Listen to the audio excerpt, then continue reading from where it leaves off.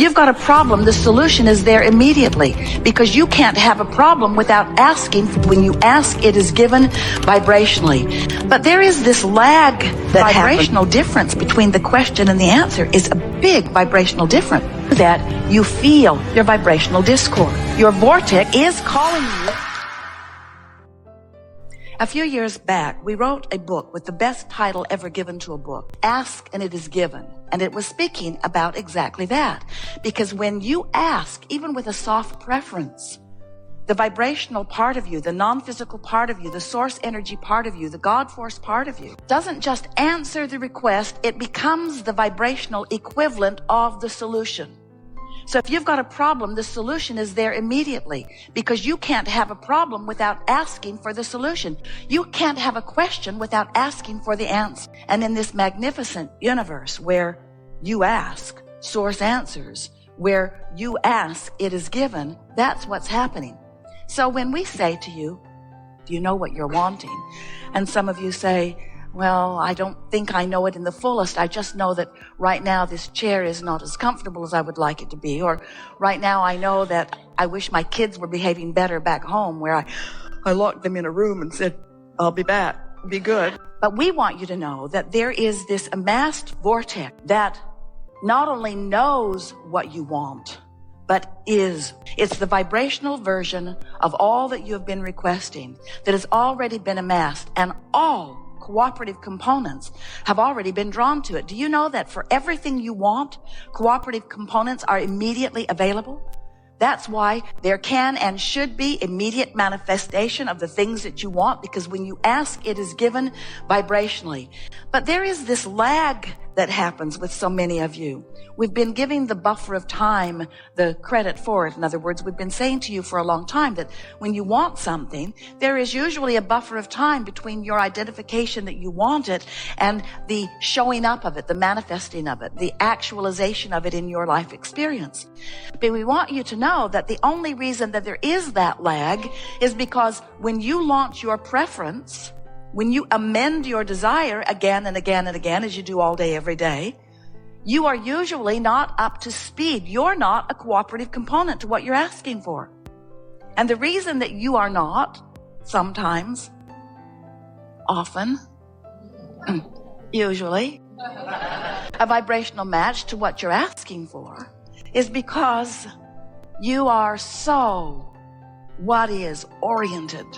You're so deciphering the present manifestation. So when your present reality shows you something that you want, most of you are still so actively involved in explaining what's wrong with the present reality that you prevent yourself from being a cooperative component to what you are looking for. You know, a question has a vibration and an answer has a vibration. But the vibrational difference between the question and the answer is a big vibrational difference. A problem has a vibration. A solution has a vibration.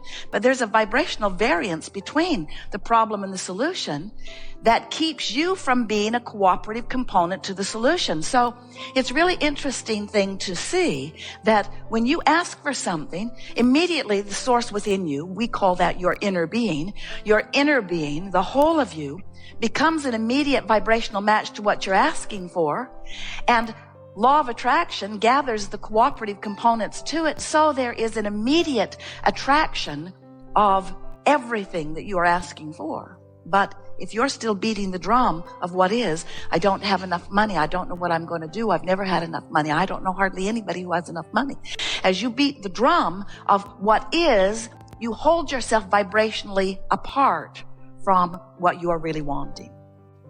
Now, the best news in all of that is every time you do that, you can feel your vibrational discord. You're really, really, really, really good at interpreting a reality through your physical senses. What you see is just an interpretation of vibration.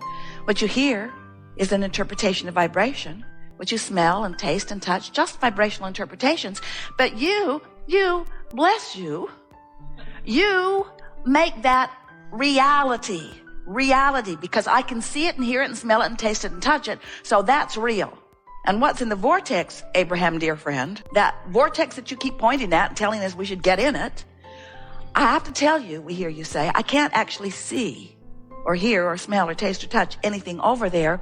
So I'm not so sure that that's a reality worth giving my attention to. And we say, that's what trips you up. Your reality that is so,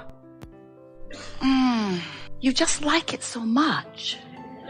It calls you because you can see it and hear it and smell it and taste and touch it. So you want to see it and look at it and taste it and touch it and hear it. You want to give it your undivided attention.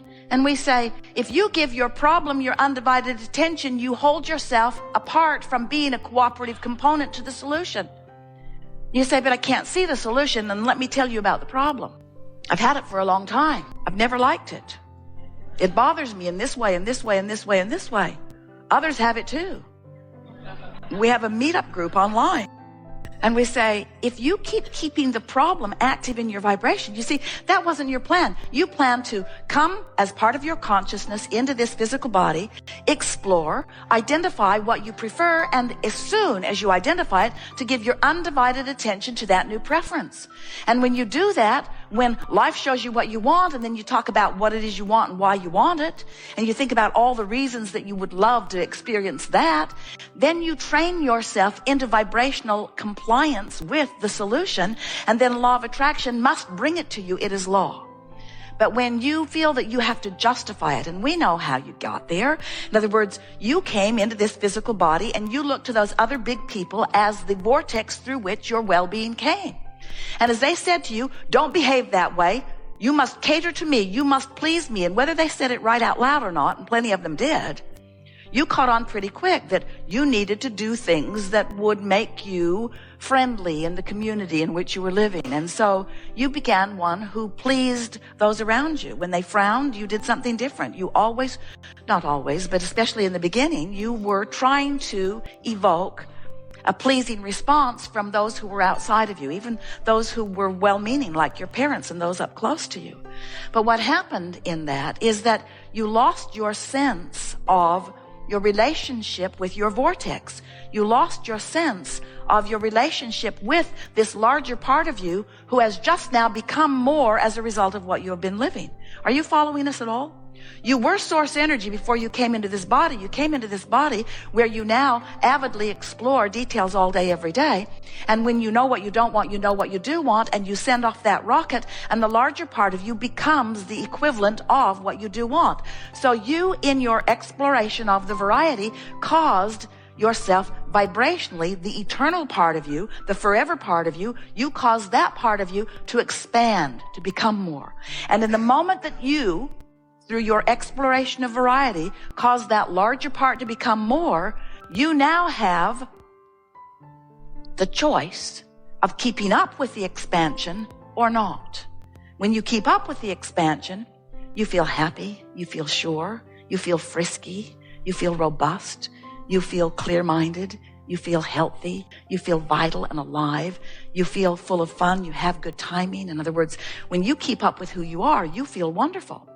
But if you are like so many humans who are exploring and launching rockets and exploring and launching rockets and exploring and launching rockets, but instead of turning to the solutions and anticipating the solutions or even hoping for the solutions, you're justifying the need for the solution by defining in greater detail the problem, then you've been letting the problem train your vibrational frequency. And we want, in this gathering, to show you how to let the vortex train your frequency, because it can. It wants to. It's calling you constantly. In fact, do you ever have negative emotion? If you ever have negative emotion, that means your vortex, your inner being, is calling you. You're just not going, not right now. You're holding out. You're focused upon something that makes you vibrationally resistant to the vortex that is calling you. It's sort of like you've got your feet dug in. You're sort of hanging on to where you are. And even though the vortex is calling you, you're not going. And the only reason you're not going is because you've got something active in your vibration that we call resistance that keeps you from being a match to the vortex who is calling you.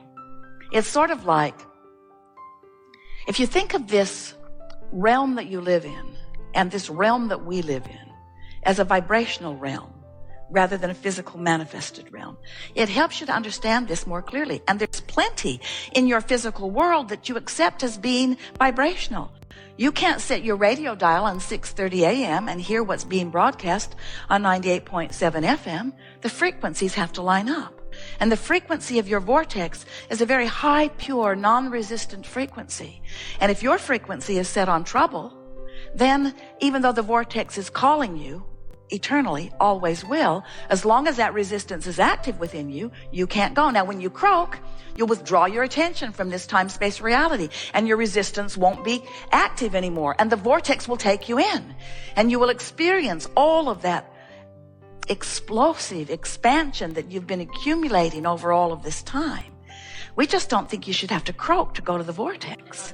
We think that you should be able to use your ability to focus in a way that causes you to allow yourself to be more of that which you are. Because nothing is more delicious than to be focused in your physical body and to be tuned in, tapped in, turned on to the frequency of who you really are, and having the fullness of all of that blowing through you. So that when you're talking with your grandchildren, you're who you really are. You're loving them unconditionally and seeing their value and talent, you see. When you are tuned in to the frequency of who you are, then anyone that you visit with, you see them in the wholeness of who they are. That's been the secret of masters and healers from the beginning of time. They behold you as you really are, not as you may temporarily be being, as you are depriving yourself of being all that you really are because you're fussing over something, because you've got yourself convinced that reality is the most important thing. The reality that is manifested. The house you live in, the body, how your body looks, how your body feels, your bank account. You think that that is reality. And we say, it is a part of reality. Certainly it is. And we understand why you think it is reality, because you can see it and hear it and smell it and taste it and touch it. But we want you to know it's a reality that is past tense. It's old news. Once it's manifested, it's a vibrational dinosaur. Once it is manifested, it is about something that is not as important as what's going on in your vortex. That's why, have you ever been in a new relationship and it just felt so good and then it got old? Have you ever been on your way to a new work environment and you felt so exhilarated and excited in the beginning, and then it stopped giving you that feeling?